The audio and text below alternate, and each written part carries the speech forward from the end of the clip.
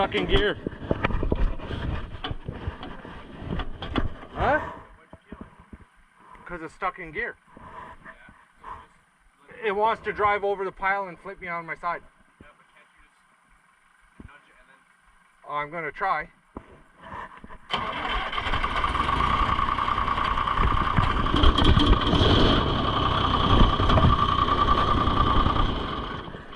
Watch out. Gotta fire up the loader.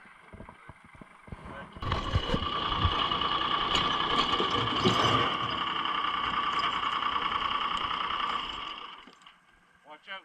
Yeah.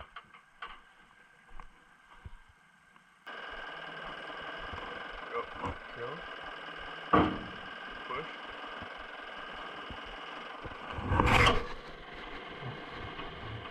And now push.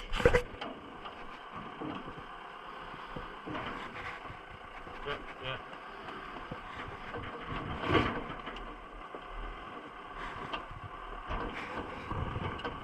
That's good, it's good, it's good.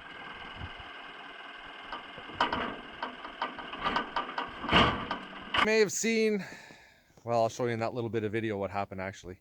The skidder wouldn't disengage, the clutch wouldn't disengage. Started to climb that pile in first. You know, a little bit of quick, I don't know if it was quick thinking. Only lasted a few seconds, seemed like a lifetime. That thing kind of wanted to flip over the pile and on its side. But the clutch fork is, there's an issue in there. So I got to pull that tranny out of the old skidder and get her fixed. How am I do that?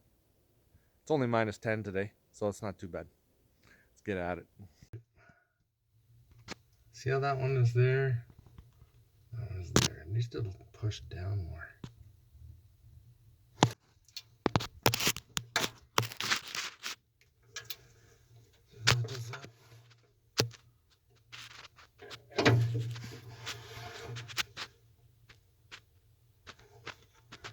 Well, I said I'd give it a chance, try to fix that spring, but it just keeps popping off those off that clutch fork. And it's going to do it in the bush and it's going to create an issue, safety hazard. So I'm going to pull that thing. Yeah, wish me luck on that. Shouldn't be too bad. I'm pretty sure I have enough room to remove that drive shaft, take that yoke out, undo all those bolts, mount something up here, maybe with my ATV winch, maybe some kind of little winch, maybe a hand winch, and just sort of rock that thing back and out of the way. I'm hoping. Anyway, I'm going to start on that now, see if I can't get it out. Probably leave it in place, just turn it so I can get at that clutch fork, and then determine what I need to do. It's worn out. That's the way that goes. Good times.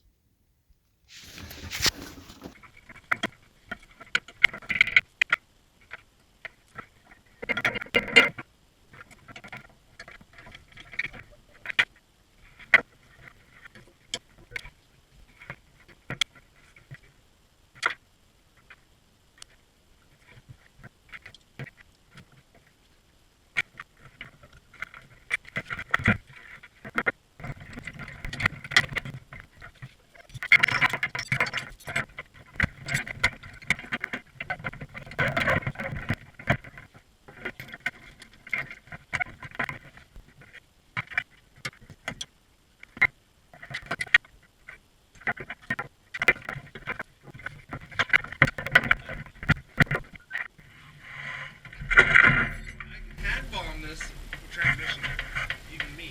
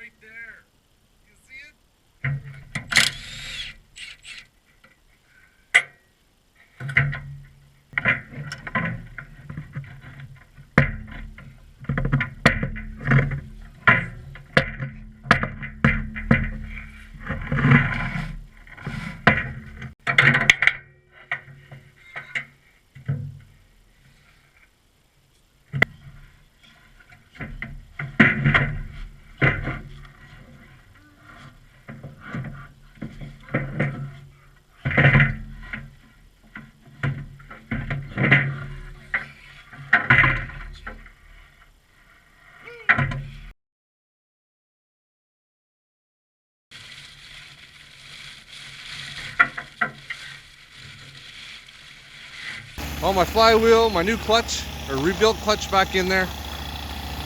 Oh, pressure plate, throw bearing, all that. So I covered this over. I've got the heater on it, and it's doing very little. It's been running for 2 hours already, and I just think my propane's a little low. So you know what? The heck with it. I'm just getting in there and getting stuff done. Can't be sitting here all day. I might just leave it on, get the odd little whiff of heat. It is what it is, right? Nicely new rebuilt clutch. The thick end, or the end that sticks out, goes inside the tranny, or inside the pressure plate, I should say. That's the pressure plate right there. That's the pressure plate. All machined. Ottawa Clutch did all that. Look at that. Aren't they beautiful? You'd think there'd be more clutch material, contact material, but maybe she grips better like that. Okay, here we go.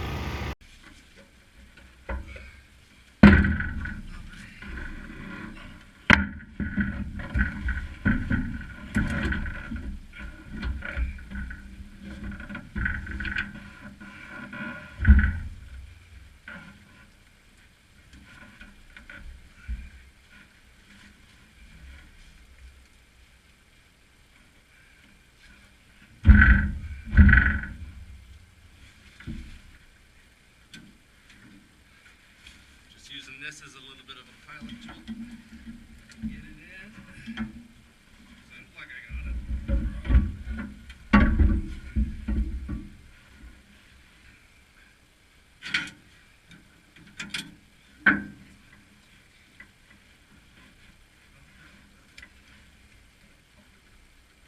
What is that? Where is that hole?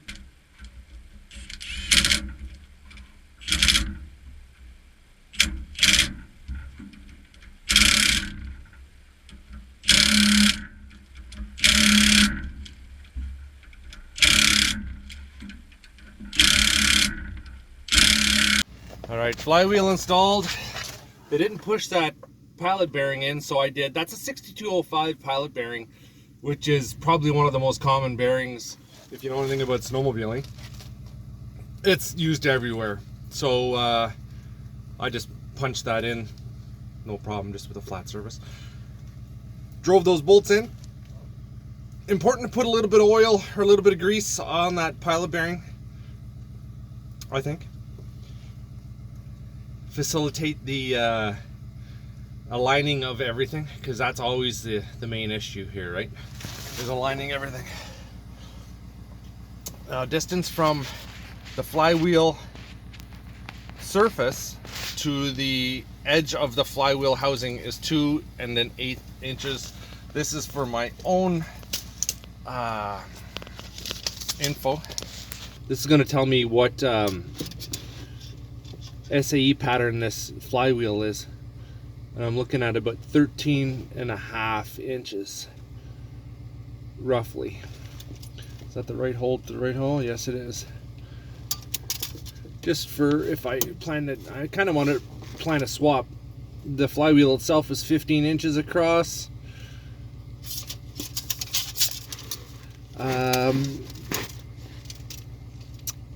This bell housing itself is at its widest. It's about 17 3/4. 18, just about 18 inches. And from hole to hole, you're looking at about 17 inches roughly, or 16 7/8. And there are, should be 12 bolt holes there. 2, 4, 6, 8, 10, 12. All right, that's all the info I needed. Because I might put a Perkins in here. So now it's clutch disc and pressure plate time, and I got all new bolts for that.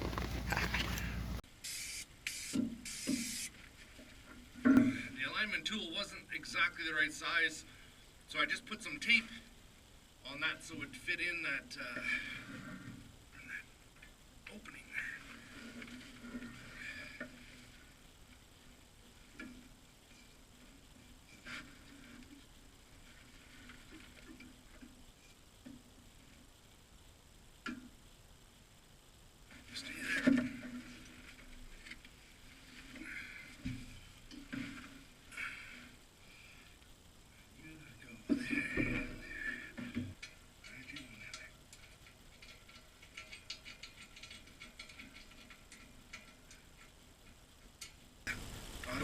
said, hey, you got a broken bolt in the flywheel.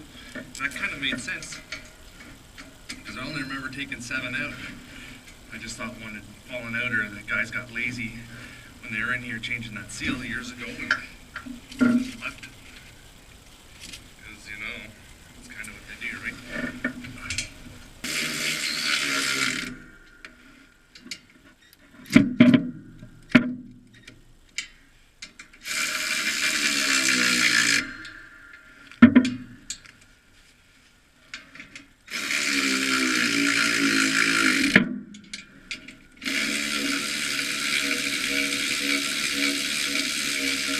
One of the issues I had with this was that this whole release bearing was spinning that that yoke, or on the yoke, whatever this thing is here, that little thing. There's one spring that sort of holds it in place. I just put this second spring in to keep it from spinning. There's a lot of, you know, when this is all cold, there's a lot of tension on this. So there's a lot of resistance, if you will. So now I've got it set up so that it'll always come back, because I believe the rotation of the engine is, if you're looking at it, is counterclockwise. Is that right? Counterclockwise. Yep. So it's going to put pressure on there to want to spin that out of the way, and that it'll just spin it right off that clutch fork. And that's no good. I think we're ready to put this back in. When I say we, me. Everything's sort of greased up a little bit. Take a little bit of that grease off. You don't want any grease on your clutch, right? Nice.